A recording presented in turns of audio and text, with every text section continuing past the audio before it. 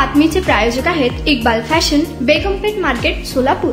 ओंकार हजारे यास आत्महत्येस प्रवृत्त केल्याप्रकरणी पद्माकर उर्फ नाना काळे यांना प्रमुख जिल्हा न्यायाधीश मनोज शर्मा यांनी अटकपूर्व जामीन मंजूर केला आहे। मयत ओंकार याचे स्वाती हिच्या सोबत प्रेम संबंध होते। त्या दोघांनी आळंदी येथे जाऊन प्रेमविवाह केला होता। त्यामुळे स्वाती हिच्या घरच्यांना ओंकार याच्याबद्दल राग आला होता। त्यामुळे ते दोघे लग्नानंतर पुणे येथे राहत होते। पुणे येथे राहत असताना ओंकार हा त्याने घेतलेली कार ही भाड्याने चालवत होता। आलेल्या भाड्याचे पैसे स्वाती हिने तिची बहीण अनुराधा हिच्या खात्यावर पाठवले होते। त्यावरून दोघात भांडणे झाली होती। त्यामुळे स्वाती कोणाशीही न सांगता घर सोडून निघून गेली होती। काळजीपोटी मयत ओंकार यांनी स्वाती ही बेपत्ता झाल्याबाबत पोलिसांकडे मिसिंग दाखल केली होती। पोलिसांनी शोध घेतला असता ती तिच्या बहिणीकडे मिळून आली। त्यानंतर स्वाती ही तिच्या आई वडिलांच्या राहत्या घरी राहण्यास आली होती। त्यावेळी मयत ओंकार हा नांदण्यास पाठवा म्हणून स्वाती हिच्या आई वडिलांकडे गेला असता त्यास आम्ही मुलीला पाठवणार नाही असे म्हणून शिवीगाळ केली होती। 7 ऑक्टोबर 2023 रोजी ओंकार हा त्याच्या दुचाकीवरून बाहेर गेला असता मातोश्री ऑटोमोबाईल्स निराळे वस्ती रोड येथे नाना काळे मंगेश पवार यांनी ओंकार याची दुचाकी काढून घेतली होती।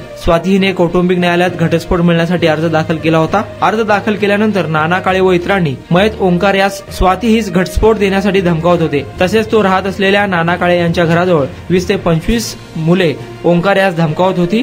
तसेच त्यावर फोनवर देखील धमकी मिळत होती। 2025 मध्ये मयत ओंकार याने त्याच्या मोबाईलमध्ये स्टेटस ठेवून माझा घातपात झाल्यास नाना काळे, त्यांची पत्नी, तिचे आई वडील व भाऊ यांना जबाबदार धरावे असे स्टेटस ठेवले होते। 8 जून 2025 रोजी मयत ओंकार हा त्याचा मेहुणा मंगेश याच्या लग्नासाठी गेला असता त्याच्या सासऱ्याने अपमान करून शिवीगाळ करून लग्नातून हाकलून दिले होते। सततच्या त्रासाला कंटाळून 8 जून 2025 रोजी ओंकार याने आत्महत्या केली अशा आशयाची फिर्याद मयत ओंकार याचा भाऊ विशाल महादेव हजारे यांनी फौजदारचौडी पोलीस ठाण्यात दिली होती। आपणास अटक होऊ नये म्हणून नाना काळे यांनी अॅडव्होकेट मिलिंद थोबडे यांच्या मार्फत न्यायालयात अटकपूर्व जामीन अर्ज दाखल केला होता। सुनावणी दरम्यान अॅडव्होकेट मिलिंद थोबडे यांनी युक्तिवादात पोलिसांनी अर्जदार आरोपींना क्लीन चिट देत वेळेच्या आत मद्यपानामुळेच मयताचा मृत्यू झाला असून खटला गैरसमजुतीतून दाखल झाल्याचा रिपोर्ट पोलिसांनी न्यायालयात दिला। त्यामुळे अटकपूर्व जामीन कायम करण्यात यावा असा मुद्दा मांडला। त्यावरून न्यायालयाने कोणतीही अट न घालता अटकपूर्व जामीन मंजूर केला आहे। आरोपीतर्फे अॅडव्होकेट मिलिंद थोबडे, अॅडव्होकेट राम कदम यांनी तर सरकारतर्फे अॅडव्होकेट ए व्ही नरखेडकर यांनी काम पाहिले।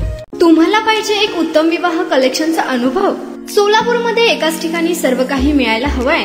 आमच्या इक्बाल फॅशन मध्ये मिळतंय तुमच्या विवाहासाठी सर्व काही। लेहंगा, साडी, मटेरियल, रेडीमेड आणि मुलांसाठी स्पेशल वेअर। प्रत्येक गोष्टीत दिली आहे खास सजावट, आकर्षक डिझाईन्स आणि दर्जा, आश्चर्यकारक डिझाईन्स आणि कस्टमायझेशन सह तुमच्या लग्नाचा दिवस खास बनवा। आणि हो, आमचं मोठं कलेक्शन तुमच्या सर्व गरजा पूर्ण करेल। आकर्षक रंग आणि स्टायलिश डिझाईन्स फक्त इक्बाल फॅशन मध्ये।